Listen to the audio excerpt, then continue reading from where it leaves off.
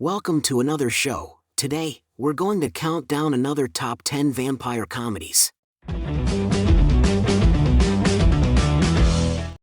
Number 10, Uncle was a vampire. Baron Osvaldo Lambertenghi is forced to sell his ancestral castle when it's converted into a hotel.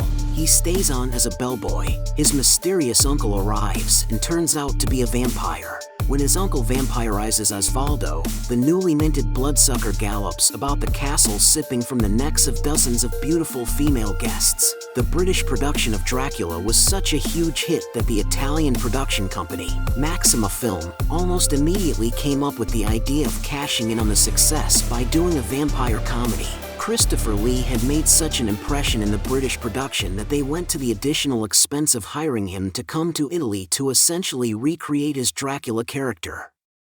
Number 9, Fright Night 2. Fright Night 2. I kill vampires. 3 troubled years after the blood-soaked events in Fright Night and countless therapy sessions, Charlie Brewster comes to terms with the freakish incident that scarred his adolescence, and to convince himself that the undead creatures of the night were only figments of his imagination, Charlie severs ties with Peter Vincent, his former vampire-slaying companion. However, when alluringly mysterious actress Regine Dandridge and her rowdy entourage of eccentrics set foot in town, Charlie's past suddenly comes back with a vengeance. Is history repeating itself? Soon after the filming was wrapped up, Roddy McDowall and Fright Night creator Tom Holland were scheduled to meet with Live Entertainment chairman Jose Menendez to discuss making a third film, but plans died with Menendez, who was infamously murdered by his sons. As a direct consequence of this horrific tragedy, Part 2 ended up losing its planned countrywide distribution and playing only in one LA and another New York theater, which directly resulted in its poor box office results, even though its per-theater results were pretty good, and being released almost straight to video. Since all of the movie's planned promos and ads were canceled as well, most people never even learned of the movie's existence until eventually noticing it at their local video store. Number 8, Lost Boys. Yes, first. How are those maggots?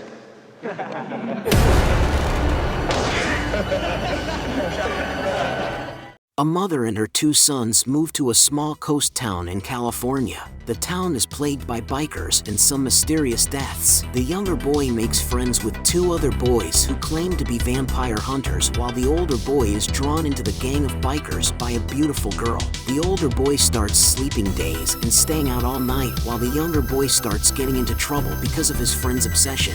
This was Corey Haim and Corey Feldman's first film together, which marked the start of a popular 1980s trend, the 2 Coreys, in which Feldman and Haim starred together in a number of teenage films. Number 7, Netherbeast Incorporated. Henry, you... This is a 2007 American comedy horror film directed by Dean Ronalds, written by Bruce Dellis, and starring Daryl Hammond and Steve Burns. It is an undead office comedy concerning a telephone company in the state of Arizona staffed entirely by flesh-eating, vampire-like employees who refer to themselves as Netherfolk. Historical figures such as President James Garfield and Alexander Graham Bell are woven into the story. The film premiered at the 2007 AFI Dallas Film Festival, an offbeat hilarious comedy with a quirky twist on the vampire tale set in modern-day corporate America. Employees of Bermtech Industries, Incorporated have kept the family secret for a long time. For years it has been business as usual, until the top vampire in charge contracts a dreaded disease, becomes senile forgetting that he is a vampire and starts killing off other vampire colleagues. A human efficiency expert and Dead Mike's replacement are invited to work at Bermtech, but soon they discover that some of their associates are not what they appear to be. Number 6, Freaks of Nature. It's the end of the freaking world. I guess there's just one thing to do. God! Damn, that's a close shave. Boom, there it is. In Freaks of Nature, we welcome you to Dilford, where 3 days ago, Everything was peaceful and business as usual.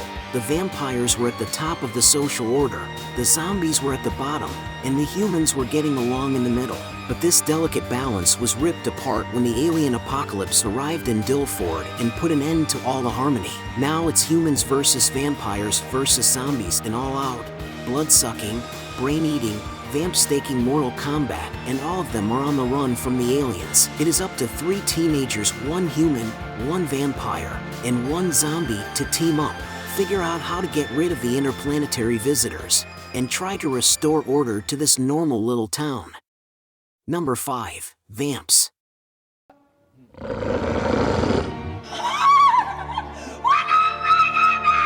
In Manhattan, the vampires Goody and Stacy share an apartment and work and study in the night shift. Goody was turned to a vampire in 1840 by the evil Cicerus, who turned Stacy in the 90s, and they became best friends, but Goody never told her real age to her friend. They only drink mice blood and refuse to drink human blood, and they go together to the Vampire Anonymous. Stacy falls in love with her classmate Joey, and soon she learns that he is the son of the vampire slayer Dr. Van Helsing. Meanwhile, Goody meets her former passion, Danny, in the hospital where his wife is terminal.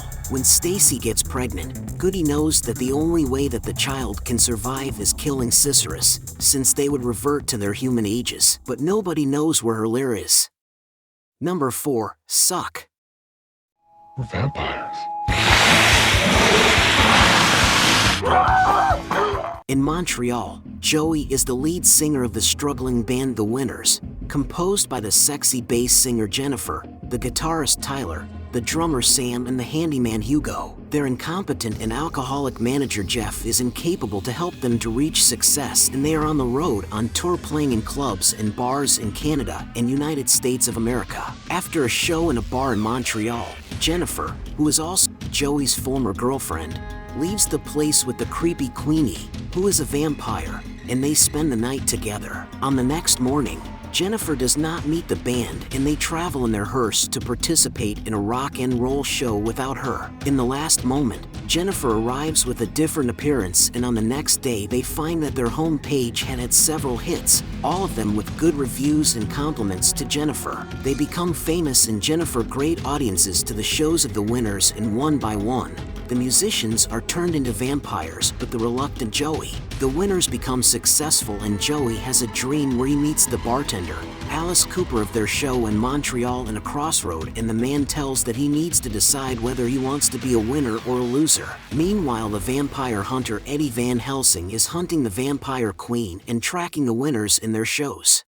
Number 3. Therapy for a vampire. In 1932 Vienna, Austria, Professor Sigmund Freud begins providing psychological therapy to Count Gaza von Kosnum, a depressed vampire who is unhappy with his centuries-long marriage. Von Kosnum's wife, Countess Elsa von Kosnum, is also a vampire and longs to admire herself, but is unable to view herself in a mirror or have a portrait of herself painted. Freud offers his assistant, Victor, to attempt to paint her portrait. The Count observes Lucy, Victor's girlfriend, recognizing her as a reincarnation of his first love Nadilla, a woman executed centuries ago. Gaza attempts to seduce Lucy only to be interrupted by his wife. The next evening Elsa visits and hires Victor to paint her portrait. Gaza once again tries to cast a spell upon Lucy in order to bring back Nadilla, but is discovered by Elsa, who bites Lucy but is chased away before she can kill her. Anyone fed off of by a vampire transforms into one themselves unless their heart is removed from their body. Lucy starts transforming into a vampire. Ignaz,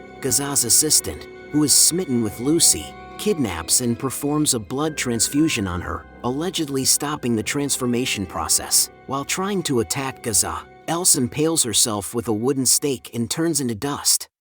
Number 2. Frostbite.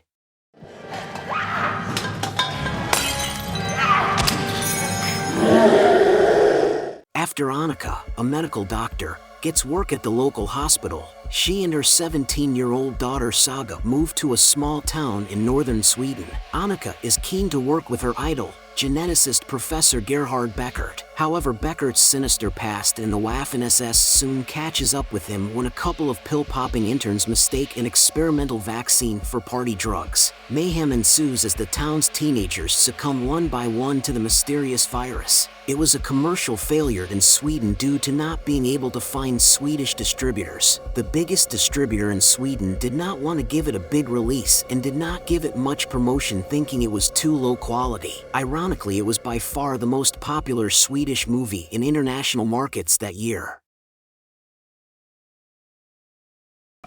I'm a vampire. That's cool, man. That's all you're gonna say to me? That's cool? Number 1. My Best Friend is a Vampire. My Best Friend is a Vampire is a 1987 American comedy horror film directed by Jimmy Houston. The story revolves around a newly made vampire who is trying to live as a good vampire and not feed on humans. Meanwhile, his parents have noticed changes in their son's lifestyle, but are under the mistaken impression that he is a closeted homosexual. Jeremy is played by Robert Sean Leonard, with Renee Auberjonois as Jeremy's vampire guidance counselor and David Warner as a vampire hunter. The film's themes include prejudice, identity, gender roles, and adolescence. That was our show for today. What about you? I'd be honored if you subscribe to my channel, share this video, and check out my own Carl Vincent Vampire Hunter franchise in the comments section. What was your favorite vampire comedy movie? Are there more vampire comedies that we didn't mention? Let us know your thoughts in the comments section below. And until next time, this is Axel and for Kevin Given saying live long and prosper, may the force be with you, and keep reaching for the stars.